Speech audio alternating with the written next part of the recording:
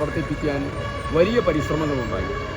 ആ പരിശ്രമങ്ങളെയൊക്കെ തരണം ചെയ്താണ് UDF-ൻ്റെ ഈ മാസ്മരികമായിട്ടുള്ള വിജയമുണ്ടായത്. അതിൽ ഏറ്റവും പ്രധാനപ്പെട്ടത് വോട്ടിംഗ് ശതമാനം കുറയ്ക്കാൻ, പ്രവർത്തിക്കാതെ തെരഞ്ഞെടുപ്പിനോട് നീതി പുലർത്താതെ, സ്വന്തം സ്ഥാനാർത്ഥിയോട് പോലും നീതി പുലർത്താതെ തെരഞ്ഞെടുപ്പിനെ നേരിട്ട് ഇടതുപക്ഷവും BJP-യും ഒരു തെരഞ്ഞെടുപ്പിന് നേതൃത്വം കൊടുക്കുക. ഞങ്ങൾ അതിനെയും അതിജീവിച്ചു. 2, BJP-യുടെ ഭാഗത്തു നിന്ന് മുനമ്പം പോലെയുള്ള വിഷയം കത്തിച്ച് കേന്ദ്രമന്ത്രിമാർ ഉൾപ്പെടെ ഭരണഘടനാ ലംഘനവും തെരഞ്ഞെടുപ്പ് പെരുമാറ്റച്ചട്ടം പോലും ലംഘിച്ച് സാമുദായിക ധ്രുവീകരണത്തിന് ഇവിടെ വന്ന് പ്രസംഗിച്ചു, ഇവിടെ വന്ന് ആളുകളെ കണ്ടു, ഇവിടെ വന്ന് ക്യാമ്പയിൻ ചെയ്തു.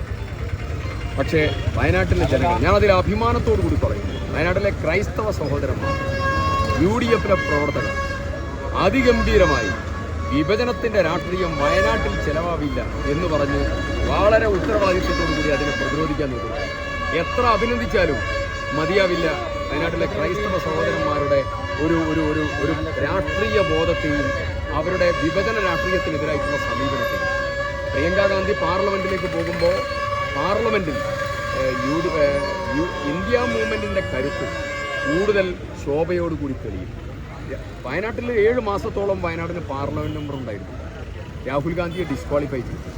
ആ ഡിസ്ക്വാളിഫൈ ചെയ്യപ്പെട്ടതായിരിക്കുന്ന രാഹുൽ ഗാന്ധി സൂറത്തിലെ HH വർമ്മയുടെ കോടതി വിധിന്യായമായിരുന്നുവെങ്കിലും അതിൻ്റെ യഥാർത്ഥ പ്രശ്നം അദാനിക്കെതിരെ, നരേന്ദ്രമോദിക്കെതിരെ വിരൽ ചൂണ്ടി സംസാരിച്ചതായിരുന്നു.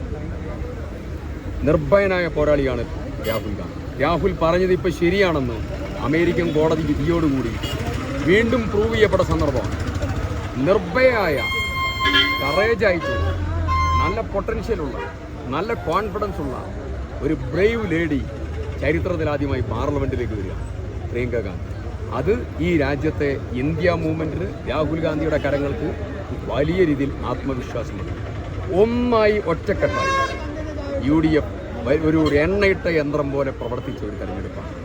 ശ്രീ KC വേണുഗോപാൽ അതിന് നേതൃത്വം കൊടുത്തു. പാണക്കാട്